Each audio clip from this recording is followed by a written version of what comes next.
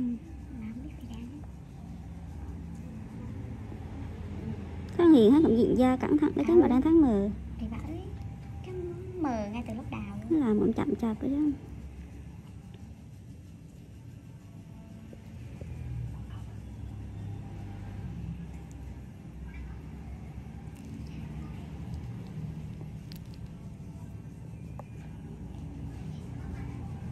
Nói chung là tính là nhìn cũng giống bay láng luôn rồi đó.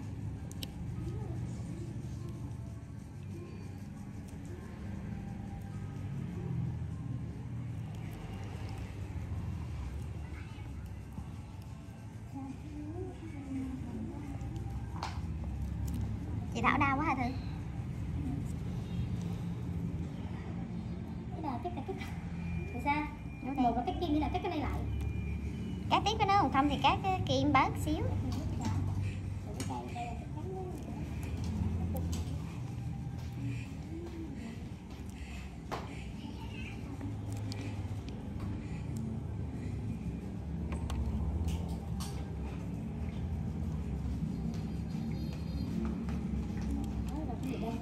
Cái điệu này này, mấy câu mà đau mũi tình á, mấy cho mà đau mũi tình nó phá được đấy ra dầu. Ê, anh Dương nghe.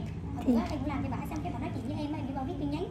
Chị biết bà viết ra đâu lên cái trang mà chuẩn bị bà đăng bài, xong cái đăng ra bài luôn. Cái gì? Em cho chị ấy chứ để chảy nước miếng gì đó. Cái bà nói chuyện là mày bị hack Facebook rồi đã. Đây đẩy cái rồi. Não cái cười nữa đấy.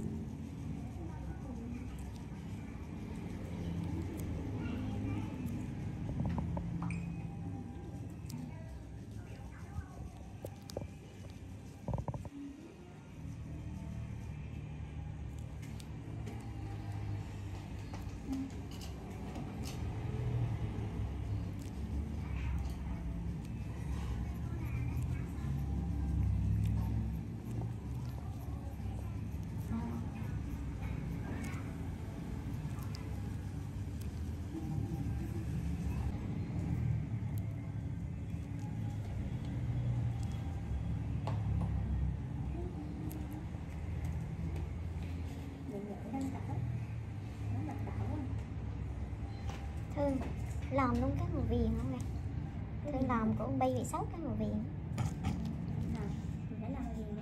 Làm hết chứ. Nhìn ông Bay ra thái kìa.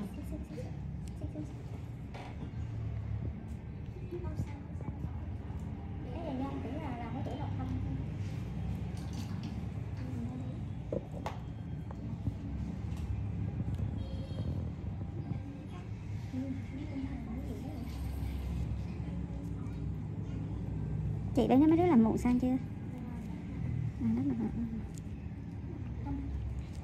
Làm kỹ kỹ cho chị xíu nha. Làm sang rồi. Giàu hơi mụn mờ.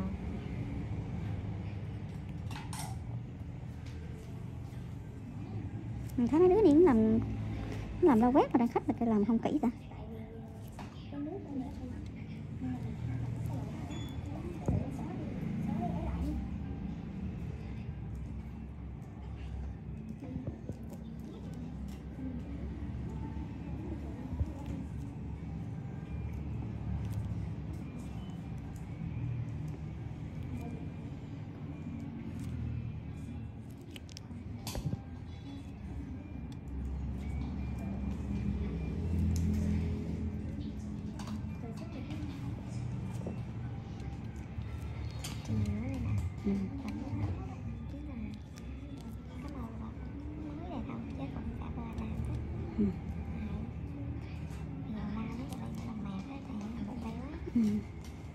Còn này quả mẹ.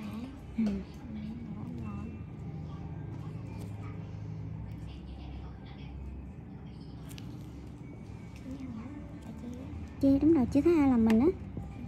Thành ra chê. Linh Anh. Mấy đứa chụp cái môi của chị Triều lại cho nó nghe. Hả chụp. Ghi cái chữ Linh Anh ra nó đi, hồi đưa ra cho mấy người mà đưa mấy cái mã môi Linh Anh đưa ra đó. Ghi vô cái chữ Linh Anh làm, chứ nhiều tiệm mình có nhiều mẫu Linh Anh Ngọc Dung đồ làm. Chứ mình không ghi á Thương kìa. Cái khách tới khách đưa mấy cái mẫu với Linh Anh với Ngọc Dung ra cho mình. Đó, mình ngồi đây mình sửa toàn mấy cái mẫu hư với nó không. Cái tiệm nhỏ này chứ lòng chưa chắc đã hư này. Mà công nhận phải đi mấy tiệm lớn đó, đo số là bị hư hết luôn á. Mình ở đây mình sửa với nó bắt đài, mình đem đùa đây mình đùa cho mình phải làm giống màu với nó. Tại vì chụp ra cái ảnh không thiệt á, Yên biết không? Chụp ra cái ảnh xạo lắm. Chỉnh Ừ. sân ca đó. Vậy nốt Mấy cái ảnh mà quảng cáo sâu đồ tại đem về đang lên nó hắn làm. Chứ là khách mình đùa tới đùa làm như đó mà người ta đã quảng cáo rồi thì đâu có quảng cáo thì đã quảng cáo là phải đẹp. Một cái đường link với nhau á, nó có nhiều cái thích nữa thì hay rồi. Thế đó.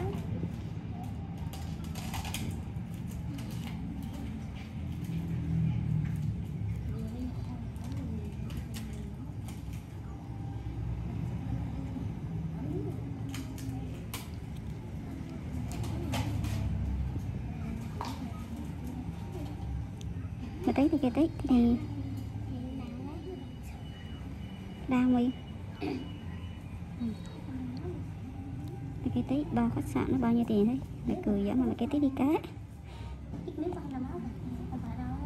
Mười mấy triệu.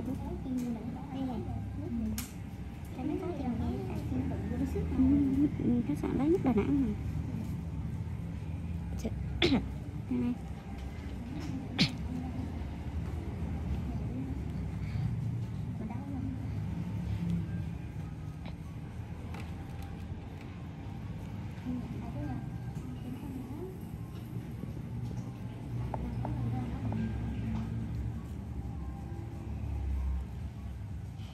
Đẹp lắm mấy nè.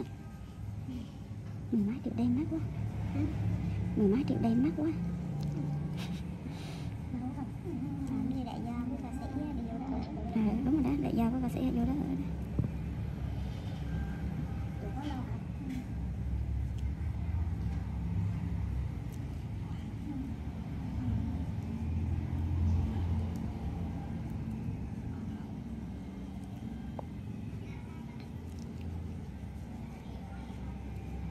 Biết nên nhiều.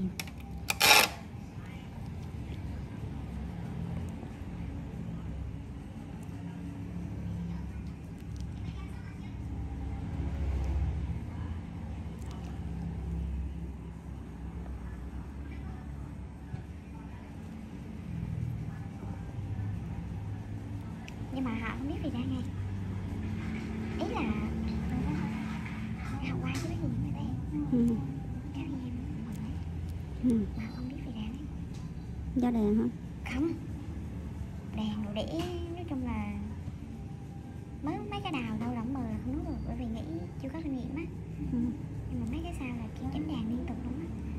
Mà vẫn kiểu như nghe. Bán từ sáng tới tối với bán 2-3 triệu.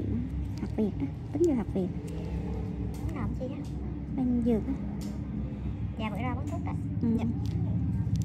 Học 12 năm trời cho thiệt là được rồi, cho thêm 4 năm đại học.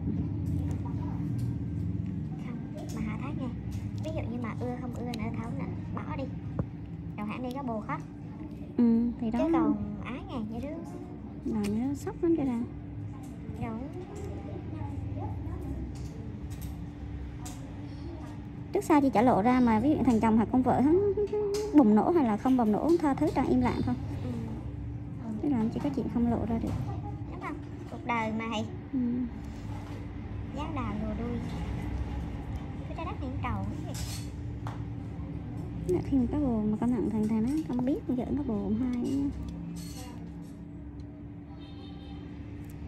Mình lúc đi lòm mình ra biết được đây.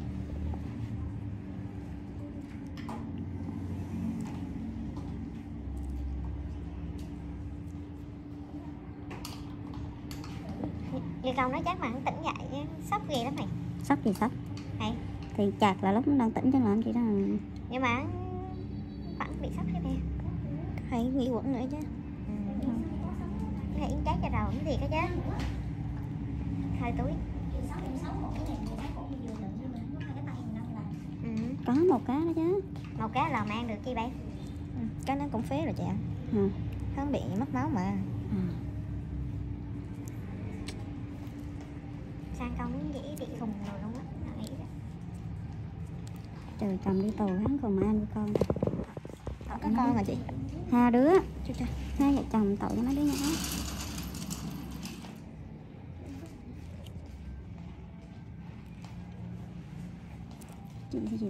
Thì nói chung trừ ai cũng hết tội cho thằng chồng với mấy đứa nhỏ. 27 tuổi thì các con cũng còn nhỏ rồi. Các con nhờ nậu rồi ngủ lo đó chứ từ đó.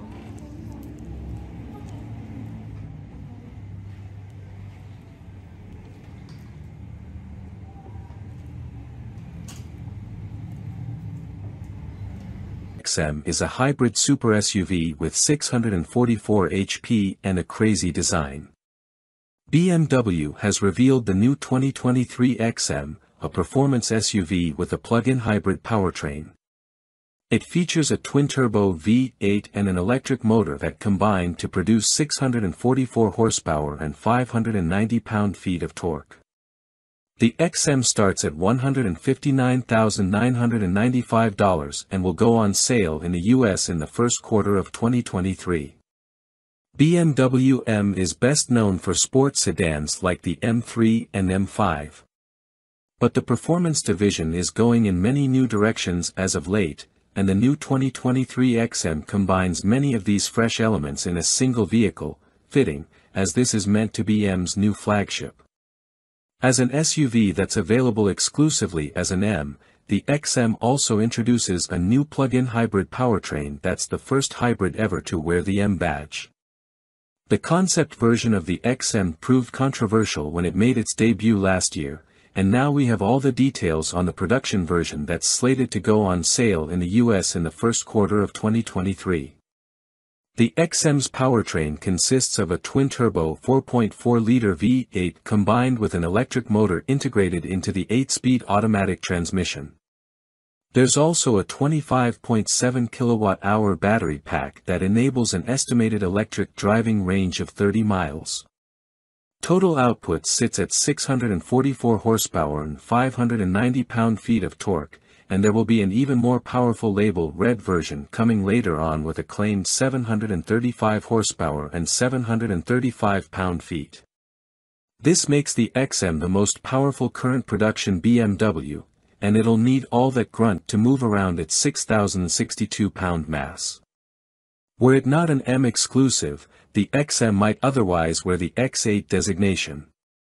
It's considerably larger than both the X5 and X6, but smaller than the three-row X7, much like the relationship between Audi's Q7 and Q8 SUVs. The XM is a two-row model with 5 seats, and its interior features many of the wilder design elements seen on the concept version.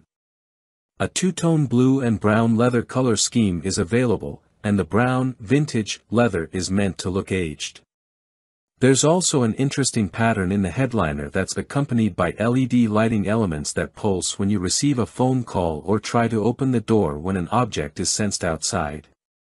The exterior design is more angular and imposing than many of BMW's other SUVs. The large kidney grilles up front are flanked by split headlights like those on the latest X7. A strong, accented character line rises along the side and kicks up at the rear doors as a nod to the classic BMW Hofmeister kink. There are BMW logos engraved into each upper corner of the rear window, and the aggressive-looking taillights wrap around the sides.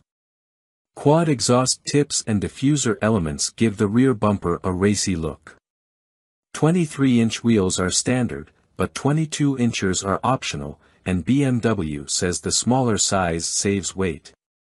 Adaptive dampers are standard equipment, as is an electronically controlled limited-slip rear differential and a rear-biased all-wheel drive system. 48-volt active anti-roll bars are a feature new to BMW M, although the XM uses traditional steel springs rather than an air suspension.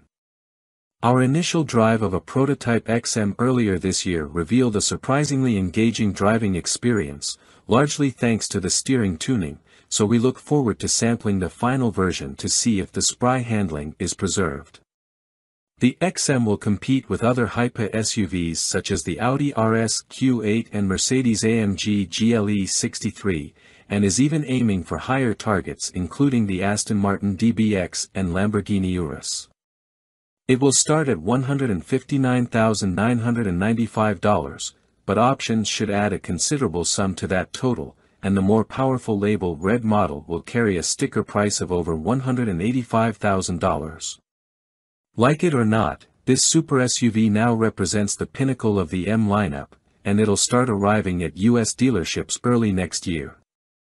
2023 Fisker Ocean has started production, with plans to build 42,000 next year. Initial 2023 Fisker Ocean production commenced today at their carbon-neutral plant in Graz, Austria, with most deliveries slated for next year as production gradually ramps from 300 in Q1 of 2023 to 800 in Q2 to more than 42,000 expected by year's end. All first edition Ocean 1 units are spoken for, as are 2023 examples of the affordable FWD Sport and AWD Ultra, but orders are still being taken for the top-level AWD Ocean Extreme, which goes for $68,999, plus a yet-to-be-announced destination charge. Fisker says the top-level model will offer 350 miles of range according to EPA methodology, and can accelerate to 60 miles per hour in 3.6 seconds thanks to the 550 horsepower available from its dual-motor AWD platform. Official production began today for Henrik Fisker's long-awaited Ocean all-electric 5-passenger SUV, which had an uncertain gestation until a tie-in with assembly partner Magna International was announced in October 2020. Fisker's previous automobile, the Fisker Karma plug-in hybrid, is not affiliated with the Fisker Ocean project, the tooling having been sold off and reconstituted by Karma Automotive as Henrik Fisker himself moved on to focus on his all-electric Ocean SUV project. Expectations are high that the Ocean will make a good first impression when customer deliveries begin.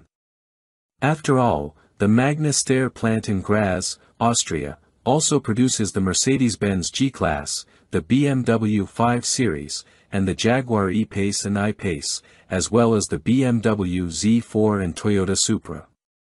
As expected from an established assembly plant, they seem to be on the right track to manage build quality and early teething problems, with a gradual production ramp-up that will result in just 300 examples produced by the end of first quarter of 2023. And it's not as though the Ocean's assembly line's switch just got flipped today, as some 95 prototype Ocean vehicles were built as the line came together. Production will increase to 8,000 by the end of next year's second quarter and rise to more than 42,000 by year's end. Compared with the unrelated Volkswagen ID.4, the Ocean SUV is some 5 inches wider and nearly 8 inches longer, both in wheelbase and in an overall sense, but it stands no taller. That gives it a sleek shape that, crucially, also provides increased underfloor space for a larger battery.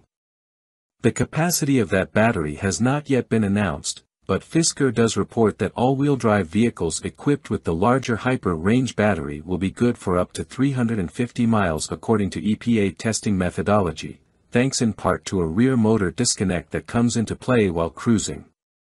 At the other extreme, Fisker says that Boost mode will unleash as much as 550 horsepower that can accelerate the machine to 60 miles per hour in 3.6 seconds.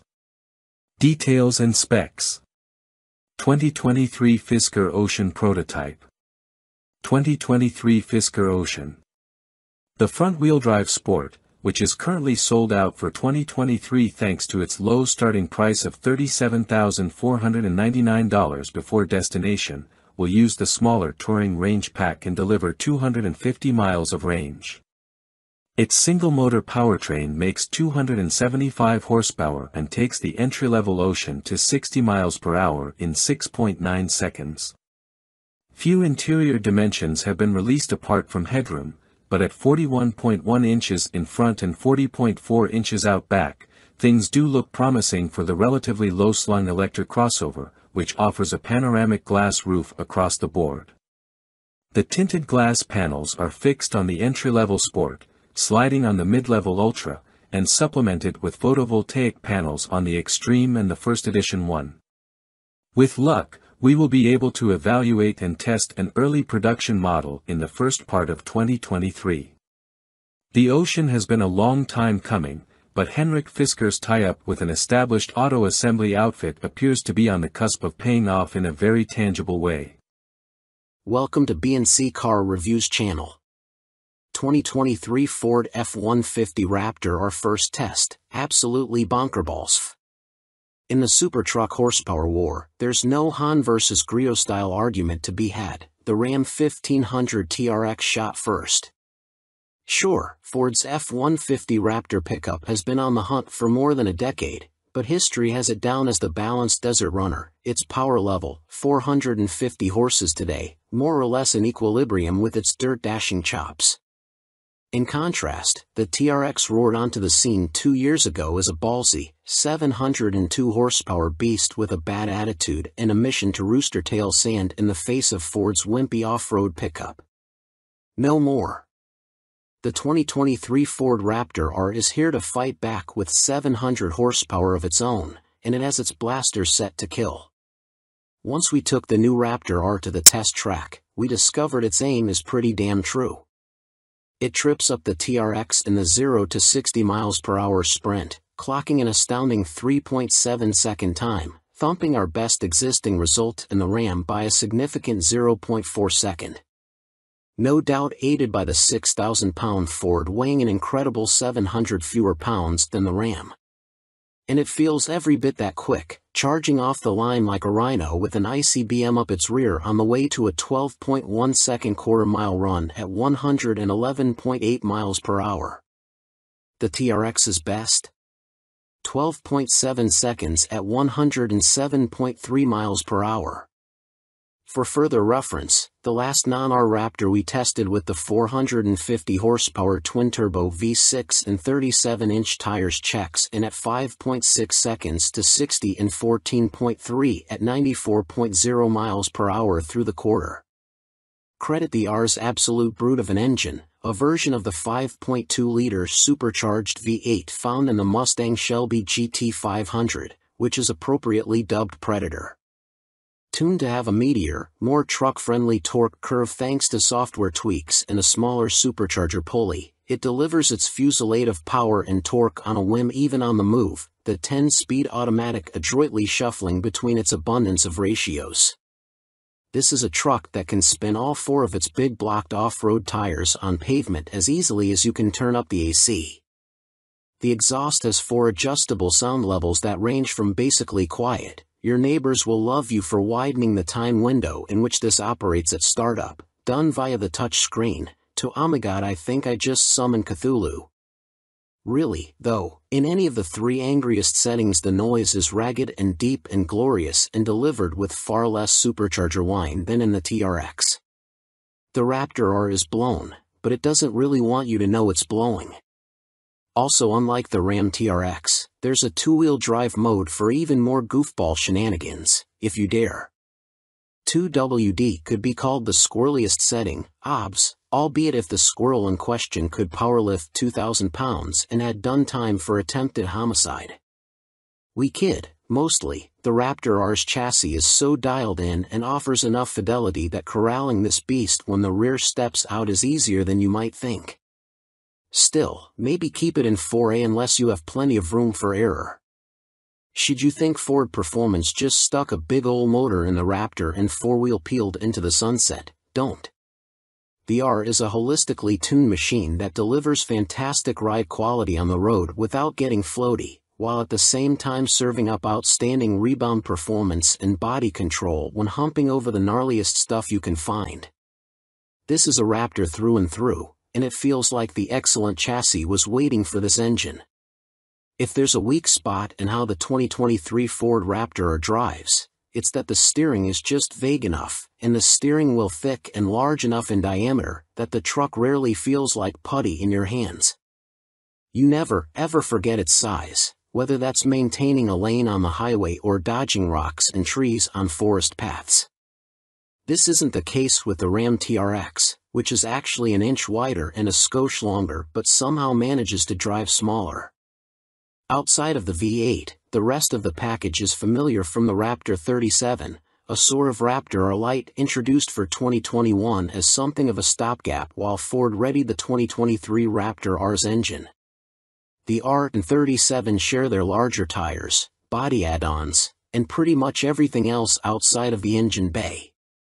So, the Raptor R has comfy, well-bolstered seats, a relatively high-quality but extremely busy interior, an infotainment system that gets the job done, with some annoying quirks, such as requiring you to spin the tuning knob to get to the direct input for satellite radio stations, and all the various cubbies, bins, and features, the power folding shifter, flip-out console lid table, and rear under-seat storage, for example, that make non-Raptorized F-150s so practical.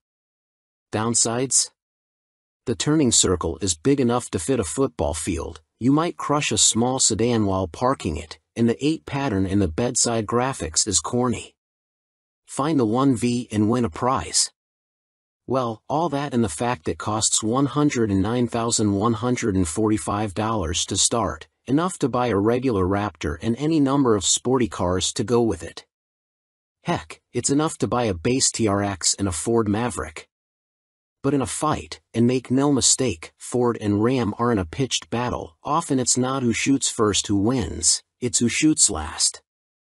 With the 2023 Ford Raptor R, the Blue Oval just may have landed a crippling blow.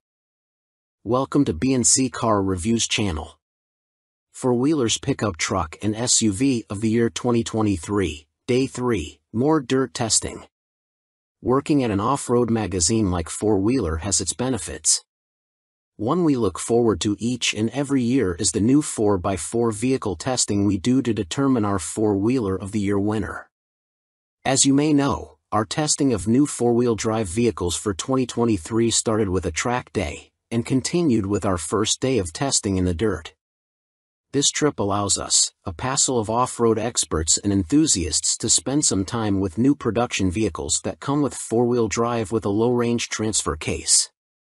The aim of the SUV of the year and pickup of the year tests is to allow us to push the limits of these vehicles, within reason, so we can pass on our knowledge and experience to our readers.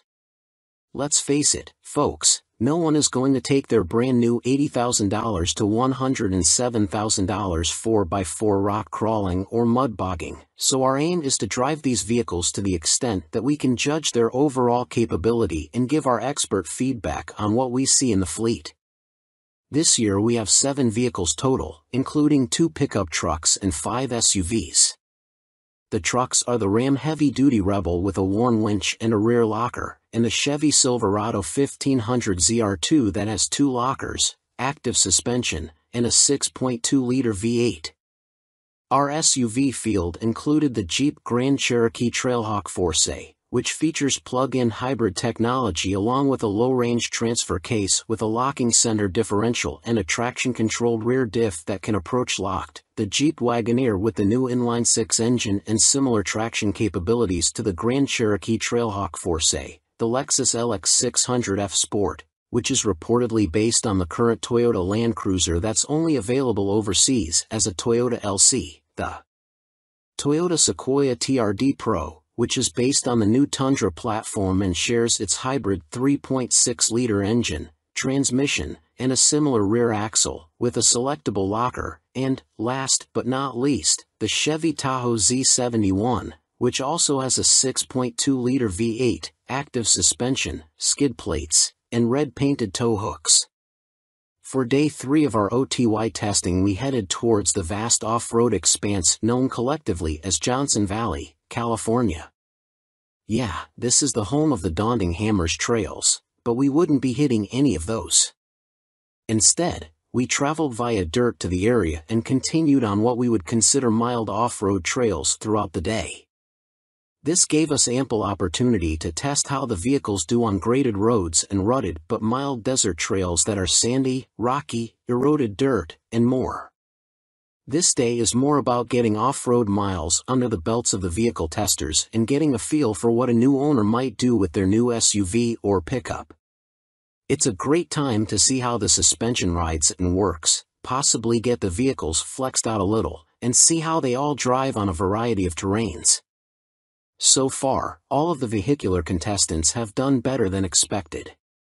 We can't tell you who will win yet, that news will come when all our comments have been collected and scoring has been completed, but for now, here are our observations about the SUVs and pickups the manufacturers supplied to us for this year's test. First, as has been noted, the Lexus LX600F Sport is incredibly capable off-road. Its traction control is about as dialed as any we have met, but it's hampered by its vast front grille and fascia, which seem to hang perilously close to the ground. Also, its ridiculous low-profile tires and huge wheels are a liability on even the mildest trails or dirt roads, as even a fist-sized rock could kill a tire and bend a rim with ease. The Grand Cherokee seems small in this group, but it's comfortable on and off-road. It doesn't seem to be quite as capable as other Grand Cherokee Trailhawks we have tested in the past, but it does just about everything you'd want it to, and the hybrid drivetrain is more than powerful enough. The Toyota Sequoia, again with plenty of power, is fun on dirt roads and has ample traction when the going gets tough. Its design is very blocky, with a face that takes some getting used to, and it seems to lack any front toe points, which will hurt it on our test. The Chevy Tahoe Z71 does everything you'd expect and more despite frequently lifting tires when the terrain gets at all uneven. It has a very low belly just ahead of the rear axle that can and will come in contact with the ground. The Jeep Wagoneer is fun to drive and seems more capable than it has any right to be. It may in fact be more capable off-road than the Grand Cherokee that shares its stable. Many complimented its larger sidewalls relative to the other SUVs on the trip, thanks to relatively smaller wheels and a decently sized tire. Getting back to the pickups, the Chevy Silverado ZR2 is a blast to drive off-road and, for us, performed exceptionally well when it came time to push the limits of its off-road traction. Two locking differentials and flexi suspension combined with what are probably the most aggressive tires on the test meant this thing was almost certainly the most capable vehicle in attendance. It even climbed a few obstacles we didn't expect it to. The Ram Rebel 2500 is very capable for a true workhorse of a 3/4 ton truck, but it's still a 3/4 ton truck in the end. It's not quite as flexible and lacks the front locking differential of the Power Wagon, but it does have a higher payload and towing capacity as a result. That's a compromise away from the dirt and toward everyday use for a big truck like this.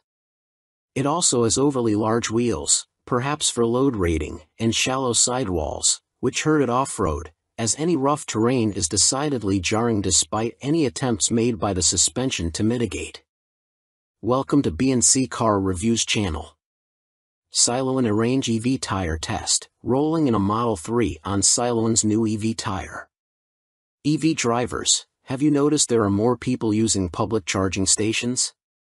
And sometimes you have to wait to use a DC fast charger? It seems more and more EVs are hitting the road. So in an effort to cater to the ever-increasing number of EV drivers who need new tires when they finally wear out, tire maker Siloan has developed its first EV-specific tire, the Arrange EV. Siloan invited us to a test drive in Southern California to sample its Arrange EV tires on a Tesla Model 3. We started in Beverly Hills and headed toward Highway 101, through Mulholland Drive.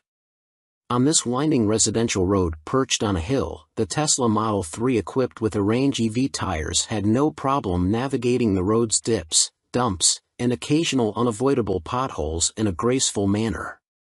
The ride was slightly on the firm side, but that's to be expected from a sporty sedan. Soon we were on the freeway to drive to Calabasas and Malibu. Unlike internal combustion engine powertrains, EV powertrains offer an inherently quieter ride. But conversely, any excessive road and tire noise are more pronounced at high speed without engine noise masking the sound. On the highway, we noticed the Arrange EV tires didn't introduce any excessive tire noise and kept the cabin as quiet, if not quieter, than a Model 3 on its original tires. Next, we peeled off the highway and drove to Malibu through some twisty roads facing a beautiful view of the coast. Make no mistake, the Arrange EV tires are not high-performance summer tires. But on a long downhill stretch with many tight turns, They behaved very well and offered predictable feedback and handling. They're a good set of all-around, pun intended, all-season tires designed to handle various road conditions. After our test drive, our initial thought was the Arrange EV tire performed in the real world just as well as a Tesla Model 3 on its original tires. Siloan told us it provides all that at a lower cost and that its tires are more efficient. Siloan uses what it calls EcoPoint 3 technology, in which the rubber compounding materials are mixed uniformly under continuous liquid phase conditions. The goal is to produce a tire that retains good traction under various wet and dry conditions while still maintaining a low rolling resistance to further EV range. Another tech feature worth pointing out is the use of Siloan's Silent Tread to help reduce tire noise and cost. As mentioned earlier, road and tire noise can be more pronounced in an EV, so some other EV-specific tires on the market have acoustic foam inside for noise reduction. We asked Siloan whether the Arrange EV tire has the same kind of foam. It told us it tested both with and without foam, and the foam made no noticeable improvement in noise reduction. Also, the addition of foam means the tire is unable to be patched or repaired. Siloan's Silent Tread sequential pitch tread design allowed the company to ditch the acoustic foam while maintaining excellent quiet performance. It helps reduce manufacturing costs, too. Siloan is certainly stepping into the EV tire market with a compelling product. Siloan claims the Arrange EV tire can deliver 7% more range on a Tesla Model 3 than other EV-specific tires on the market, and that may just be enough for you to skip a crowded charging site one day. Welcome to B&C Car Reviews channel. 2023 Honda Accord vs Toyota Camry, mid-size juggernauts compared on paper. Honda and Toyota have done battle for decades now. Even though the CR-V and RAV4 compact SUVs are manning both brands' front lines in the sales wars these days, the rivalry between the mid-size four-door Accord and venerable Camry is still going strong. Both companies introduced major redesigns for 2018, but while Toyota is still busy tweaking versions of the Camry it debuted 5 years ago, Honda has an all-new 11th generation Accord for 2023. We haven't had the chance to drive them back-to-back yet. Don't worry, that comparison is on the way, so here's how they stack up on paper. Size and interiors. Size is the best reason to consider a mid-size Accord or Camry over their more affordable, smaller Civic and Corolla siblings. But which one actually offers more space? The Honda is marginally bigger in every dimension. Although the vehicle's wheelbases are almost identical, the Accord is a few inches longer overall, plus nearly an inch wider. Those extra inches will likely make it slightly harder to maneuver in tight spaces. That said, the Accord's additional breadth pays off in passenger and cargo volume. Folks riding in the back have 2.8 inches of additional legroom compared to the Toyota, plus the Accord has 11% more trunk space. Sitting in the two back-to-back, the Accord's front seats are more comfortable and its armrests offer additional padding. Climate controls and air vent adjusters feel more premium, too, with the same tactile greatness as the pieces in the latest Civic, CR-V, and HR-V models. While the Accord feels as if it has an extra inch of legroom in the rear, the Camry's back seat is better suited to taller passengers thanks to a slight headroom advantage, power and fuel economy. Yes, the Camry is still using the same base engine it had in 2018, but so is the Accord.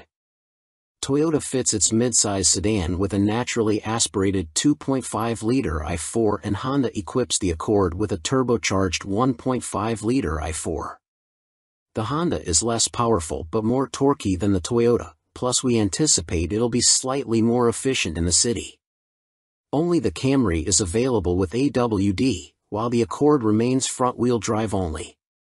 In a major switch, the Camry could be the better choice for power-hungry enthusiasts. As part of the 2023 update, Honda no longer offers the Accord with its gutsy turbo 2.0-liter i4 option. If you want a gas engine, the 1.5T is your only choice. Toyota still sells a few Camry variants with its 3.5-liter V6, which delivers 301 horsepower and 267 lb-ft of torque, including the convincingly sporty TRD model. Plus, the non-hybrid Toyotas use conventional torque converter automatic transmissions, while every Accord powerplant is paired with a continuously variable automatic transmission, CVT, though it is about as good as this type of transmission can be. Accord Hybrid versus Camry Hybrid. Honda paid more attention to the Accord Hybrid with the 2023 redesign, estimating it will account for around 50% of sales. The new version gets Honda's dual-motor hybrid system producing 204 horsepower and 247 lb-ft. Toyota's Camry Hybrid optimizes a single motor and delivers 208 horsepower. We don't have performance numbers for the Accord yet, but the previous generation model was significantly quicker than an equivalent Camry. But let's be honest, hybrid buyers are more interested in fuel economy. The 2023 Accord Hybrid hasn't yet been evaluated by the EPA. The 2022 model returned an impressive 44-48/41-47 mpg city/highway, and we expect similar numbers from its successor. The Camry Hybrid is rated at a shocking 44-51/47-53 mpg. Technology. This pairing is pretty even on the tech front, looking at entry-level trims, but splurging on a higher-end model exposes a huge difference. In the cases of the Camry LE, SE, and TRD as well as the Accord LX and EX, the automakers fit their sedans with 7.0-inch touchscreen infotainment systems. In both cases, Apple CarPlay and Android Auto are standard. The Camry XLE and XSE upgrade to a 9.0-inch touchscreen, and buyers who opt for the V6 and each higher trim benefit from a 9-speaker JBL premium audio system. Sounds good, until you look at the newer Accord. All variants but the LX and EX work with a 12.3-inch system with wireless Apple CarPlay and Android Auto. In the case of the top-spec Accord Touring, Honda also fits a 12-speaker Bose premium sound plus Google integration for voice recognition and navigation. The Touring includes a head-up display, which isn't offered on any Camry, and a digital instrument cluster is standard on all trims. We've also found the Accord system especially crisp and responsive. Safety. Good news, both of these are exceptionally safe midsize sedans. The Camry achieves a 5-star overall safety rating from the NHTSA and a 2022 IIHS Top Safety Pick Plus. Although the Accord hasn't been evaluated, Honda developed the new generation targeting those same accolades. For what it's worth, though, the Camry scores poor in the IIHS updated side test that will join the Top Safety Pick requirements for 2023, and Honda says the Accord will ace it. Both automakers include their collections of driver assist features as standard. Toyota Safety Sense 2.5 Plus is included on all models, which means every Camry has automatic emergency braking, adaptive cruise control, lane keep assist, automatic high beams, and road sign assist. Blind spot monitoring and rear cross-traffic alert are included at higher trims. Welcome to B&C Car Reviews channel. 2023 Honda Civic Type R, a brush with greatness. Honda's history is deeply rooted in internal combustion engines, and as we make the shift toward electrification, the company's most exciting gasoline-only vehicle has just undergone what is likely to be its final redesign. The Honda Civic Type R has rejoined the lineup for 2023, following the 2022 model year revamp of the supporting Civic sedan and hatchback. Based on the handful of laps we took around Harris Hill Raceway outside Austin, Texas, including as a passenger to two-time Formula One champion Max Verstappen, it seems Honda absolutely nailed it. For starters, we fist-bumped Max as we pulled the bright red seatbelt across our chest. "Full send, right?" we asked. A shrug from Max and a "you sure" served as acknowledgement as he revved the 315 horsepower Turbo 4, slipped the clutch, and spun the front Michelin Pilot Sport Cup 2s, launching us out of the pits. The deep baritone from the engine and exhaust sounded great from under a helmet, and he ran out the engine until it coughed at the red line. In Verstappen's hands, the Type R rarely tracked in a straight line as he kept the engine on full boil, stringing the turns together in a sinuous, uninterrupted dance of slip angles and oversteer. He braked as lightly and as seldom as possible, allowing the tire's lateral loads to scrub off speed, along with a healthy amount of tread, we're sure. Max was well past the Type R's performance envelope as he one-handed the steering wheel with the kind of nonchalance we'd adopt rolling up to the drive-thru window. We're running the course in the counterclockwise direction. Thanks to a significant bump in turn 6, Max launches a few tires off the pavement. The Cup 2s will be optional, with Sport 4S rubber standard, but the Type R stays on target with only a slight steering adjustment from our somewhat bored driver. He said it's better to go full throttle, rather than lift off it, over that bump and the ensuing ruts leading toward turn 5. When an F1 champion gives you driving advice, you're wise to take it. After only 2 laps, the fun was over as Max coasted into the pits. It was a brief encounter, yet the afterglow remains days later. Then it was our turn behind the wheel. Sadly, we weren't allowed on the track unsupervised. Instead, we were required to follow behind a pro driver, one who drove with significantly less aggression than Mad Max. We managed to strategically create an interval between the lead car and ours, allowing us to briefly approach the Type R's performance limit. That gave us a taste of its potential but left us jonesing for more. As we venture out of the pits, the clutch has an appropriate amount of effort, and the engagement is as intuitive as it gets. The shift throws aren't as toggle switch short as a Miata's, but the shifter is equally easy and pleasurable to row up and down through the gears. The ratios are well spaced to keep the power on tap, and in plus or drive mode, the instrument cluster displays an F1-style rev indicator across the top to keep you from bouncing off the limiter. We didn't feel a hint of torque steer under hard acceleration, but there is a quick shimmy under threshold braking before the ABS kicks in. It's a strong enough wiggle to keep you on your toes, but not so much as to feel out of sorts or to get you to dial it back. The rev-matched downshifts eliminate the finesse of heel-toeing the pedals since you only need to slam the shifter into gear and dump the clutch. If you're like us and prefer to truly do the work yourself, rev matching can be disabled in the settings menu, and the pedals are placed perfectly for precise footwork. In some of the higher speed bends, there's an initial whisper of understeer, but it's easy to predict and manage with a minuscule lift of the throttle and a nudge of the steering wheel. In slower corners, trail braking all the way to the apex gets the tail to subtly rotate and you can maintain some oversteer once you get back on the gas. No need for those silly artificial drift modes, and the tires surrender grip progressively rather than in an instant. Just as we were becoming one with the Type R, the radio crackled, instructing us to give it a cool-down lap before rolling back to the pits. This brief tease bodes well for the $43,990 Civic Type R's capabilities, and we'll have a more complete picture in the coming weeks. In the meantime, we're left with the satisfaction that despite the latest Civic R's tamer styling, performance is edgier, more reactive, and thoroughly enjoyable. With the disappearance of the Subaru WRX STI and the Mitsubishi Evo, we're glad to see Honda bringing back its hottest of hatchbacks for a glorious victory lap. Welcome to B&C Car Reviews channel. 2023 Honda Civic Type R First Drive, Return of the King. If you ask us, and you did, the last-gen Civic Type R was the undisputed king of sport compact cars. Nothing it competed with drove as well as that car did. That is, understandably, a tough act to follow, but the 2023 Honda Civic Type R has pulled it off.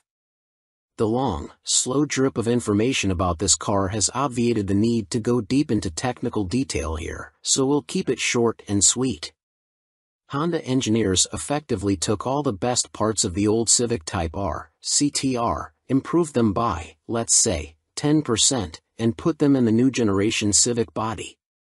It wasn't quite as simple as that, but the end result certainly feels like it was. The result is a car that immediately communicates its capabilities to you. You know from the second corner that you can drive this car flat out with no warm-up or familiarization. It's that good. It doesn't even matter how talented a driver you are, because this car can make both an amateur and a pro feel completely confident going all out and finding every last bit of adhesion. Civic Type R, Track Rat. And, boy, does Honda want you to. Clearly the engineers had to find a way to make this car even more awesome than the old one, and they found it on the track. It's exceedingly obvious that all the improvements made to this car were done in the name of chasing tenths and even hundredths of a second in lap times.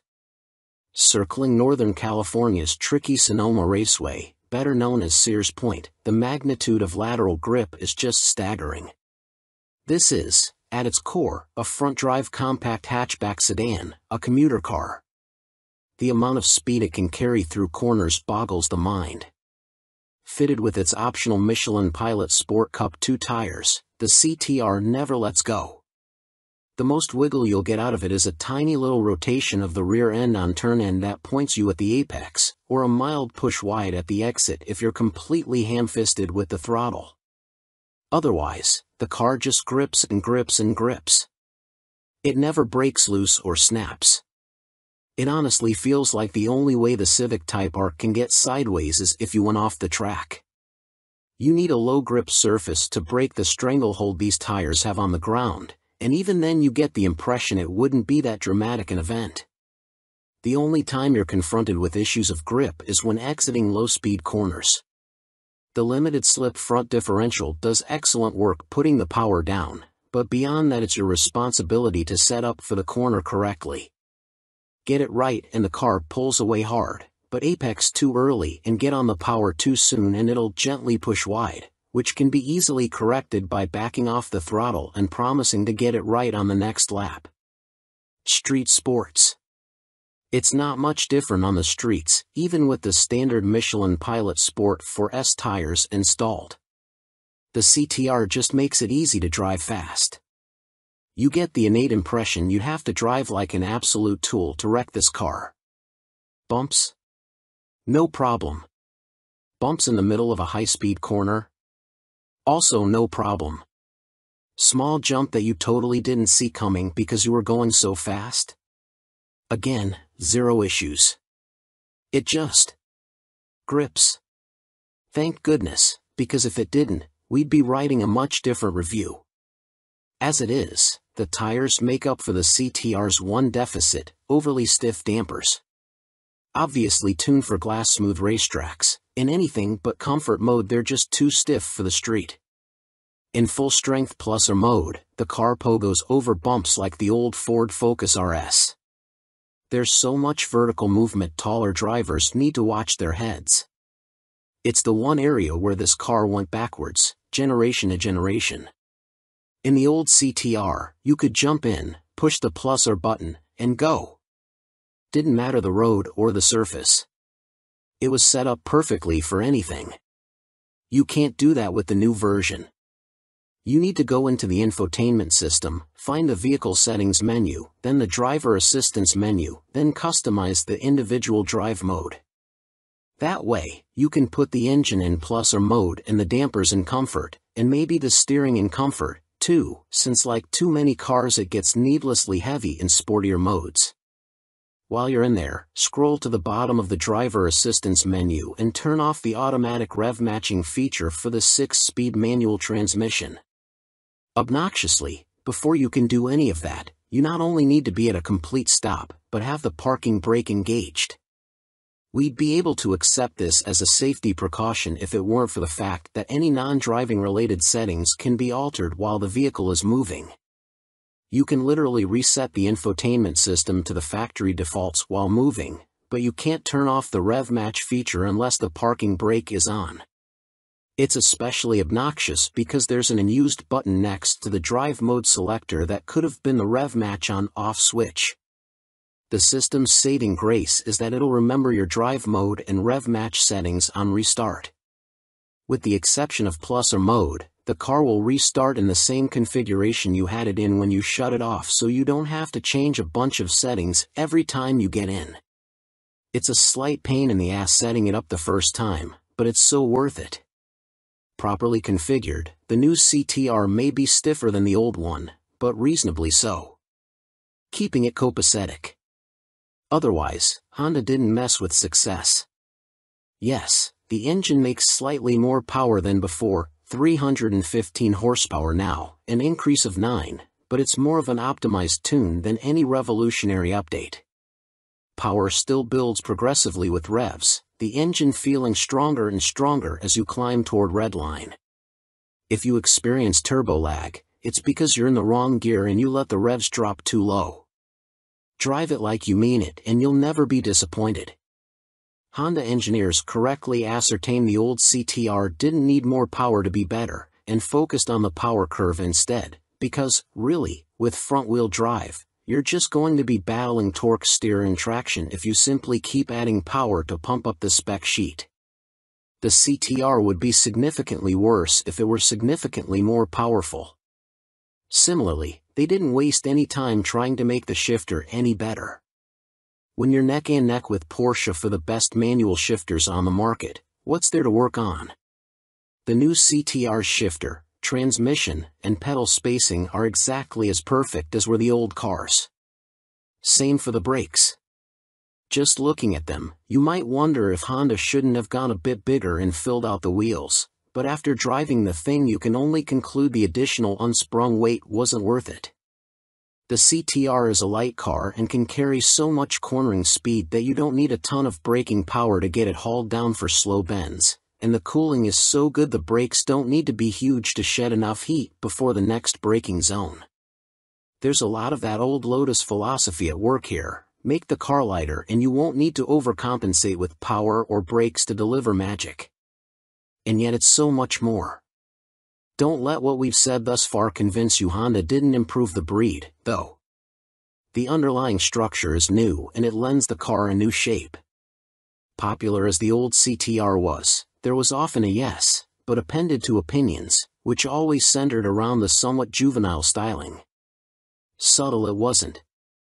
This car, for better or worse, is far more mature and restrained stylistically, so much so that the big rear wing looks almost like a Pep Boys special and not something designed in an OEM wind tunnel. Regardless of what you think of the outside, the inside is a resounding success. The new Civic's interior is a vast improvement on the old models, especially the dashboard. Pairing it with the previous CTR's fantastic seats is a winning combination. Retaining hatchback practicality, though it's more of a four-door coupe now, means there's still a ton of cargo room for everything from luggage to spare wheels and tires when you head off to track events. Like you, we wondered what Honda would do to somehow make the CTR even better. We might have guessed, hoped, even, at thoughtful, incremental improvement, and that's exactly what happened. The new Honda Civic Type R is everything great about the old car turned up a notch, plus a new interior, all for just under $45,000. It's the best performance bargain on the market, assuming you can find one without an insane dealer markup, and we couldn't ask for anything more. About Honda. Honda offers a full line of clean, safe, fun, and connected vehicles sold through more than 1,000 independent U.S. Honda dealers. Honda has the highest fleet average fuel economy and lowest CO2 emissions of any major full-line automaker in America, according to the U.S. Environmental Protection Agency's 2021 Automotive Trends Report. The award-winning Honda lineup includes the Civic and Accord, along with the HR-V, CR-V, Passport and Pilot sport utility vehicles, the Ridgeline pickup, and the Odyssey minivan. Honda's electrified vehicle lineup includes the Accord Hybrid, CR-V Hybrid, and in the future, Civic Hybrid. The Prologue SUV, Honda's first volume battery electric vehicle, will join the lineup in 2024. Honda has been producing automobiles in America for 40 years and currently operates 18 major manufacturing facilities in North America. In 2021, more than 95% of all Honda vehicles sold in the U.S. were made in North America, with nearly two-thirds made in America, using domestic and globally sourced parts. Welcome to B&C Car Reviews channel. 2023 Honda CR-V Hybrid vs Toyota RAV4 Hybrid Comparison Test, Practical Considerations. Few things bring people together today like our collective hatred of high gasoline prices. Regardless of who you blame for it, prices are high right now and aren't coming down quickly. It's enough to drive some folks into an electric car, but for those not yet ready to make the leap, the humble hybrid gets another turn in the spotlight. This time, though, we're not only talking about egg-shaped cars like the Prius and others. Instead, we're looking at heart-of-the-market vehicles like the 2023 Honda CR-V Hybrid and the 2023 Toyota RAV4 Hybrid. Participation trophies? Here at Motor Trend, we don't do ties. We put our noses to the grindstone until one vehicle wins our latest comparison test. Sometimes this makes our lives a lot harder. This is one of those times. Both the 2023 Honda CR-V Hybrid and 2023 Toyota RAV4 Hybrid are excellent buys, and you'll be happy with either one. They have far more in common than they have differences, and in the end, our decision came down to critical numbers, price and fuel economy. Only one could win, though, so follow along to see how we got there. Different styles, same results. Be it how they look or how they drive, the 2023 Honda CR-V Hybrid and 2023 Toyota RAV4 Hybrid have different styles and different swagger, but the end result is effectively the same. Indeed, they may have been developed by different companies, but they're two sides of the same coin. When we look at these compact SUVs, we see distinct personalities doing the same job. To our eye, the Honda's design language inside and out is a bit more sophisticated and premium, and it drives that way, too. The Toyota looks a bit more rugged and adventure-ready, and that's how it drives. Neither is prettier or better driving than the other. From the driver's seat, the 2023 Honda CR-V Hybrid is a bit quieter inside than the 2023 Toyota RAV4 Hybrid, but both are excellent. The Honda handles slightly better, but each is pleasantly sporty for a workaday family SUV. The Honda's drivetrain is quieter than the Toyota's under hard acceleration, but they're both equally smooth and refined. Each likewise has good brake pedal feel that completely masks the transition between regenerative braking and mechanical braking. We do appreciate the Honda's B-Drive mode, which amps up the regenerative braking and comes in handy when going down hills. Offsetting technical advantages. Unsurprisingly for direct competitors, the Honda CR-V and Toyota RAV4 hybrids offer most of the same tech features. Each, though, has at least one distinct feature, and each does something better than the other. Both, for example, have adaptive cruise control and lane keeping systems. Honda's is the more sophisticated package, able to hold the vehicle centered in the lane, whereas Toyota's only prevents the SUV from drifting over the lines. Law requires backup cameras these days, but they aren't all created equal. Honda has a simple rear-view camera for reversing, and it works well enough. Toyota, meanwhile, offers a 360-degree view by stitching 4 camera images together, making the vehicle itself invisible on the screen. If you run over something while the Toyota's cameras are on, it's because you aren't paying attention. Each SUV also carries its maker's latest infotainment software, and it's another case of give and take.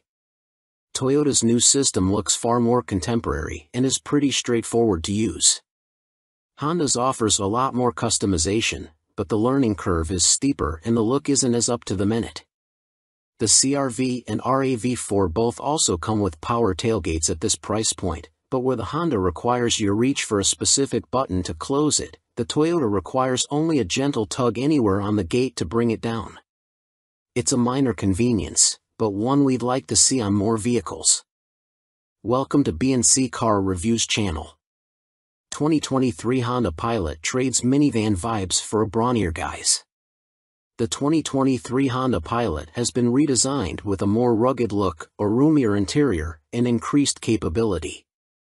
The Pilot also has a new powertrain, a redesigned 285 horsepower 3.5-liter V6 and a 10-speed automatic transmission. The Trail Sport trim makes the Pilot truly capable off-road thanks to all-terrain tires, steel skid plates, and a lifted suspension. Ever since the original Honda Pilot debuted back in 2003, it has basically been a minivan dressed up as a 3-row midsize SUV. However, its shared bloodline with the sliding door-toting Honda Odyssey wasn't outwardly obvious until the outgoing third generation. That's when the Pilot showed its true colors, with a bulbous shape and bland bodywork that deviated from its boxier predecessors. That's also one reason it failed to stand out in a competitive segment full of more interesting alternatives. Well, Honda has flipped the script, with the new 4th generation 2023 Pilot getting bigger, brawnier, and better at doing off-road stuff. Let's start with the obvious. The 2023 Honda Pilot no longer looks like a lifted minivan. Along with being a lot squarer than before, it has an upright front end and front roof pillars that sit farther back, giving it a longer dash-to-axle ratio. The Pilot is also 3.4 inches longer from stem to stern, and its wheelbase stretches by 2.8 inches, too. Its front and rear tracks are also wider, growing by January 2nd and January 5th inches, respectively. Ever been, according to Honda. The company also says its new chassis includes a stiffer suspension, a quicker steering ratio, and other changes intended to make the Pilot handle and ride better. A set of larger front brake rotors, 13.8 versus 12.6 inches, and a shorter overall pedal motion are improvements in the braking department. The addition of extra sound-deadening materials should also make for a quieter interior. It would have been easy for Honda to take the 280 horsepower SOHC 3.5-liter V6 and 9-speed automatic transmission from the outgoing Pilot and plug it into the new one. Instead, the automaker completely redesigned its venerable engine, keeping the same displacement but making myriad improvements. In a nutshell, the new DOHC V6 has better packaging. While the 3.5-liter makes the same 262 pound-feet of torque, horsepower rises to 285. A cylinder deactivation system also joins the party in pursuit of better fuel economy. However, Honda hasn't yet announced EPA estimates. All Pilots now have a 10-speed automatic transmission, paddle shifters included. The 2023 Pilot won't be the first with a Trail Sport badge trim, it'll just be the first one where it actually means something. That's because, unlike the glorified appearance package that came before, the new Trail Sport model is truly capable on most trails, as we learned during a prototype drive. Equipped with all-terrain tires and steel skid plates, the off-road-oriented Pilot can go places its predecessors couldn't. Adding to its capabilities are a 1-inch lift that increases ground clearance and provides better angles front and back for clearing obstacles. The Trail Sport's suspension has also been revised to do more than regular models. What if it gets a flat? There's a full-size spare tire. What if it gets stuck? There are sturdy tow hooks built into the front bash plate and one on the standard trailer hitch. To help the Trail Sport avoid getting stuck, Honda fits it with a specially calibrated all-wheel drive system. We won't get too complicated, but when the trail drive mode is activated, the setup effectively manages traction to the appropriate wheels. Also useful in this mode is the aptly named TrailWatch camera system, which provides 4 different angles otherwise not viewable by the driver. It can be manually turned on or it can display it on its own at speeds below 15 miles per hour. Speaking of low speeds, when combined with sloped surfaces, every 2023 Pilot has hill descent control for the first time. An inside job. Sure, a model that can shuttle the whole family into the wilderness is cool, but that's not the Pilot's full-time job. It's a people mover. And moving said people is much easier when the space inside is big and comfortable. Well, Honda says the second row has an extra 2.4 inches of legroom and the third row adds a half inch of leg space. For those sitting in the middle row, those seats recline farther. The 2023 Pilot still has room for up to 8 people, and the middle seat in the second row is removable. However, instead of having to leave that seat behind, there's now room for it under the rear cargo area.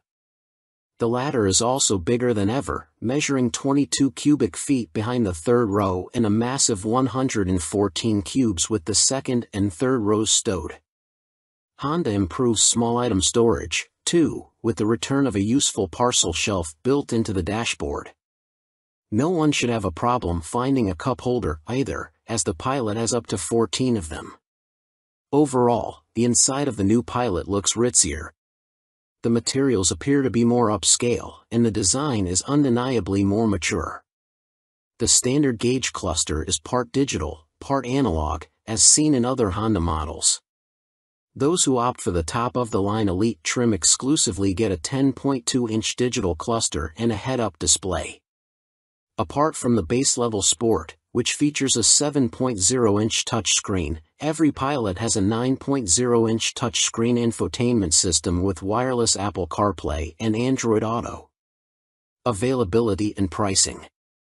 Honda hasn't yet told us how much it'll charge for the 2023 Pilot, which will be offered in Sport, EXL, Trail Sport, Touring, and Elite trim levels. The previous generation ended with starting prices between about $39,000 and $53,000, and we expect to see those costs rise by a couple $1,000s across the board. We'll likely know the exact MSRPs before the new Pilot goes on sale in December. More 2023 Hyundai Ioniq 6 specs are out, including big range estimate. Hyundai has released more U.S. details about the 2023 Ioniq 6 electric sedan. The automaker claims a range of 340 miles for the U.S. version, although this isn't yet an official EPA estimate. The Ioniq 6 will go on sale in America in spring 2023, and pricing is not yet announced. Hyundai showed the new 2023 Ioniq 6 at last week's LA Auto Show and announced a few more enticing details about the US version of this electric sedan. The biggest deal is the claimed 340-mile range for the single-motor version, which beats its Ioniq 5 sibling by a considerate amount. That model is rated at up to 303 miles. A 77.4 kilowatt-hour battery pack is standard on the Ioniq 6, and the version with the longest range is the 225 horsepower single-motor rear-wheel drive configuration. The optional 320 horsepower dual-motor all-wheel drive setup drops the estimated range to 310 miles. The Ioniq 6 rides on the same eGMP platform as other Hyundai and Kia EV models, but its low 0.22 drag coefficient helps its efficiency and thus its estimated range. Hyundai says it is still waiting for full EPA certification, but these estimates are US-specific, so the final numbers aren't likely to vary much.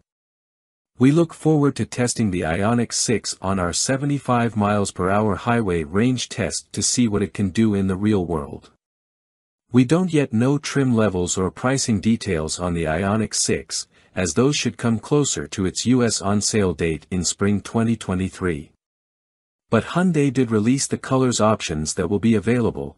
For the exterior, the choices include a matte finish gravity gold, onyx black pearl, serenity white pearl, curated silver metallic, transmission blue pearl, ultimate red metallic, and digital green pearl.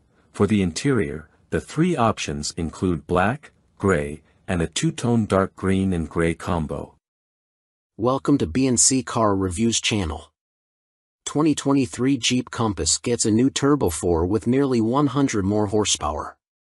The Jeep Compass will get a new engine for 2023, a turbocharged 2.0-liter inline-4 to replace the old 2.4-liter four-cylinder.